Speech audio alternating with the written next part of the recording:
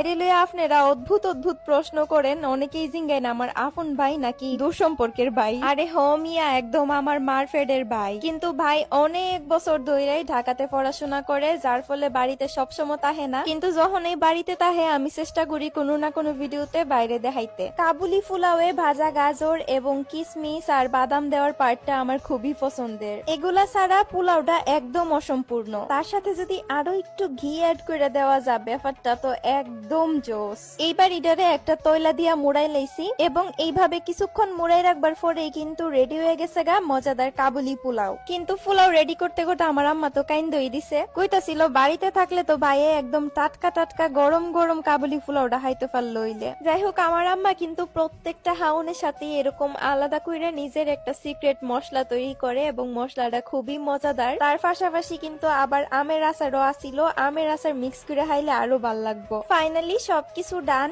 এইবার আমরা হাইতে বয়ে যামুগা। বাইরে ভাই পুরা ঘরে এত জোস একটা ঘ্রাণ ছুটছিল, কিন্তু খুবই আফসোস লাগতেছে যে একসাথে বইয়া বাইরে লইয়া হাইতে পারলাম না। তবে ভাই না থাকলেও আফা কিন্তু বাড়িতেই আসিল, আফারে লইয়া একসাথে হায় লাইছি দুই বোন মিল্লা। আর বাইরের লেগা সম্পূর্ণ আলাদা ভাবে ফাড়াই দিবার লেগে রেখা দিছি। তো এটাই আসিল আজকের ভিডিও। কেমন লাগলো আমার কাবুলি পোলাও রান্না করা? আমার সাথে কিন্তু আম্মু রান্না করছে আজকে, আমি ফুল ক্রেডিট নিজে একলা নিতাম না। খাইতে খুবই মজা হয়েছে, আমার কাছে কাচ্চির থেকেও বেশি এই কাবুলি পোলাওটা মজা লাগে। তো আমার এমন আজাইরা আজাইরা ভিডিও দেখতে পেজটা একটা ফলো করে দিও। দেখা হয়ে যাবো নেক্সট ভিডিওতে। সবাই ভালো থেকো, টাটা।